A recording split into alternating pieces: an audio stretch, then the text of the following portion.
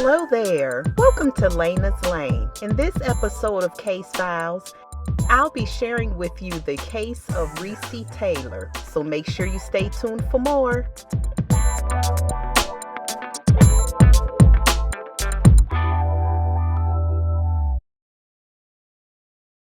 December 31st, 1919, Recy Taylor was born as Recy Corbett. Taylor was born and raised in Abbeville, Alabama, in the Jim Crow era. Her parents, Benny and Alma Corbett, were sharecroppers. Taylor was the oldest of 6 siblings. When she was 17 years old, her mother passed away due to an illness. When that happened, it left Taylor to care for her younger siblings, the youngest being 18 months, which was her brother Robert. Sometime later, Taylor married Willie Guy Taylor, then welcomed a daughter, Joyce Lee, in 1941. They lived in a rented sharecropper's cabin in Abbeville. They stayed close to the family so she could continue to support her siblings emotionally. When their daughter was of age to be cared for by close friends and family, Taylor would work as a sharecropper during the day. At night, she could be found sewing or sitting on the porch with her husband. Per loyalnana, during a conversation with Taylor's youngest brother Robert, he described her as being the avid churchgoer out of all the 7 siblings and was excited to attend revival that Sunday at the Rock Hill Holiness Church. On September 3, 1944, it was nearly midnight when revival ended. 24-year-old Taylor, her friend 60-year-old Fanny Daniel, and Daniel's 18-year-old son Wes were walking home along a country highway bounded by peanut farms. They noticed an old green Chevrolet passing several times, filled with young white males. Hugo Wilson was the driver. The 6 passengers included Dillard York, Billy Howerton, Herbert Lovett, Luther Lee, Joe Culpepper, and Robert Gamble. The car stopped ahead of them. 7 white young males exited the vehicle armed.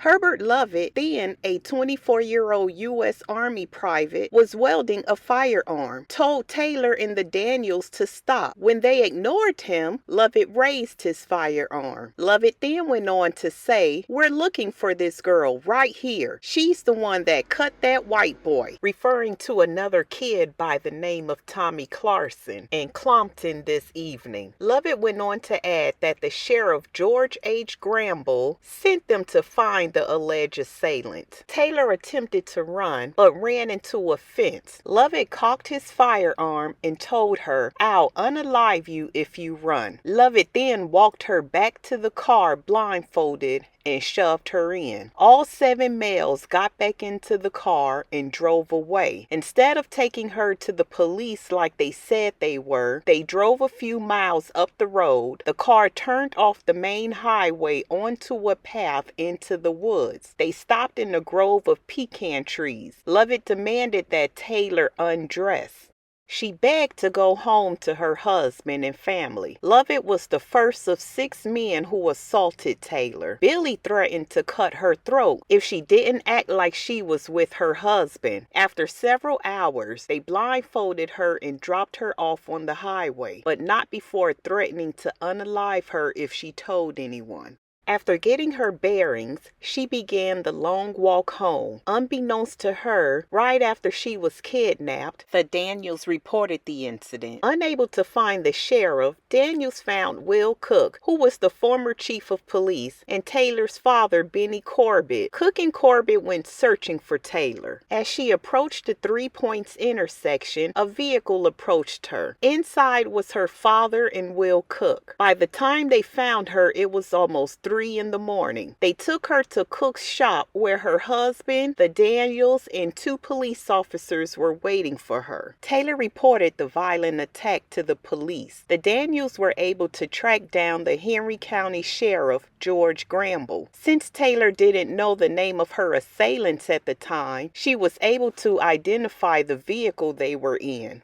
That vehicle belonged to one person in town, Hugo Wilson. Within 30 minutes of her telling Cook what happened, Cook had Wilson and his father in the green sedan at his store. Taylor identified Wilson as one of the attackers. Wilson was then taken to the jailhouse where he confessed to participating in the attack, which is when Wilson revealed the names of his 6 accomplices. Wilson argued that they did not force Taylor into intercourse, but that they paid her. After his confession, Sheriff Gramble sent Wilson home with a $250 bond and instructions to have his parents sign and return at their leisure. The other attackers were not brought in or ever arrested. In the days that followed, the National Association for the Advancement of Colored People, better known as the NAACP in Montgomery, was informed of the incident and responded by sending their best investigator, Rosa Parks. Although she's only been with the Montgomery NAACP for a year, Parks was already a seasoned activist, being that she had done some work on the Scottsboro case in the early 1930s. And for those that are unaware, the Scottsboro Boys case was a series of trials that involved the wrongful conviction of 9 black teenagers for assaulting 2 white women in 1931 and helped spark the civil rights movement. The case highlighted racism in the U.S. justice system. A couple of days later, Parks arrived in Abbeville with a notebook and a pen. After taking Taylor's testimony, she took it back with her to Montgomery. With the support of local activists, she organized the Committee for Equal Justice for Mrs. Recy Taylor. Its purpose was to assist black women in reclaiming their bodies against sexual violence and interracial assault. On October 3rd and 4th, 1944, the all-white, all-male Henry County Grand Jury took up Taylor's case. Though no one expected equal justice, they hoped for an honest hearing. It was only there that Taylor found out none of the assailants had been arrested. This meant that the only witness for Taylor were her black friends and family. Sheriff Gramble never ordered the police lineup, so Taylor could not identify her attackers in order. Deliberation lasted 5 minutes and the case was dismissed. The following day, Gramble issued appearance warrants for the men the day after the case was heard.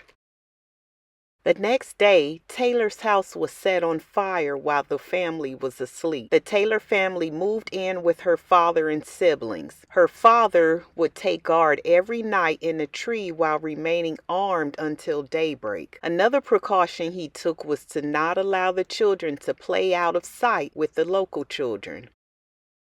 Black activists throughout the South rallied behind Taylor and demanded punishment for her assailants.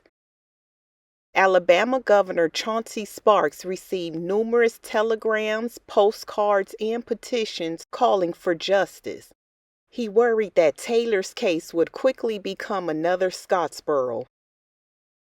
As a result, Governor Sparks launched an investigation, sending 2 investigators to Abbeville. Sheriff Gramble was questioned about his failure to ensure justice on the behalf of Taylor. He falsely claimed he started an independent investigation after the attack and that he arrested all the men involved after the assault.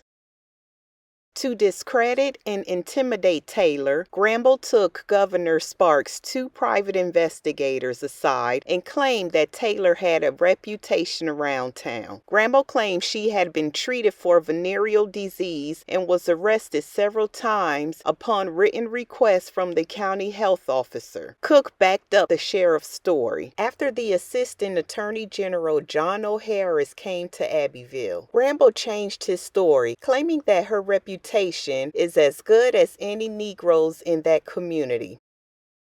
Sparks' 2 private investigators interviewed the assailants, and almost all of them said that she was a prostitute and a willing participant. Wilson denied being present and claimed to know nothing about it. Lovett claimed he didn't know why any of his friends would want to bring him into something like that, and that he was innocent. Culpepper corroborated Taylor's testimony in detail, aided by the assailant's statement, Culpepper's admission, and affidavit affidavits and Gramble's recantation and lies, Governor Sparks ordered a second grand jury hearing.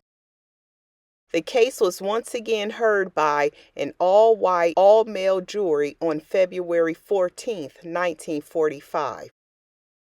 They refused to issue an indictment. Although the outcome was disappointing, Taylor's case was a major step toward the formation of the civil rights movement. With the help from Parks and the Montgomery NAACP, Taylor spent a few months in Montgomery, but she missed the closeness and safety of family and went back to Abbeville. Taylor lived with her family in Abbeville for 2 decades after the brutal assault, which left her unable to have more children. Billy Howerton lived across the road from the Corbetts, and they would avoid eye contact whenever they crossed paths. In the period afterward, Joe Culpepper went off to fight in the Korean War, and upon returning was honored as a war hero in a local parade. At some point, Taylor separated from her husband, who passed away in the early 1960s. In 1965, she moved to Florida where she found work picking oranges. Her only child, Joyce Lee, passed away in a tragic car accident June 16, 1967. She was only 25 years old. Taylor remained in Florida until her health worsened. Relatives relocated her back to Abbeville. She built her life over the years, but she was still traumatized by the assault and its aftermath. Her brother Robert made a promise to her that when he retired from New York, he was coming back to Alabama and was going to get the city of Abbeville to give her an apology. After working for more than 40 years in New York, Robert retired and returned to Alabama to fight for his sister. In doing his research, he discovered that all the files relating to his sister was missing. It seemed that the police had cleared out everything in the courthouse with Taylor's name on it, and current government officials were reluctant to look into the old case. Robert finally started to gain some traction when he contacted the NAACP. In 2010, Taylor said that she would appreciate an official apology, noting, and I quote, "The people who done this to me, they can't do no apologizing. Most of them is gone." In 2011, Alabama's legislator officially apologized to Taylor for not offering justice. The apology stated in part, "The failure to act was and is morally abhorrent and repugnant, and that we do hereby express profound regret for the role played by the government of the state of Alabama in failing to prosecute the crimes." Her brother Robert repeatedly notes, and I quote, "She outlived them all. Recy, 24 when it happened, was older than all of her attackers, but the last of them died in 2010, while Recy passed away in 2017. In Abbeville, Alabama, on December 28, 2017, Recy Taylor passed away in her sleep at a nursing home at the age of 97. She was buried next to her daughter's grave.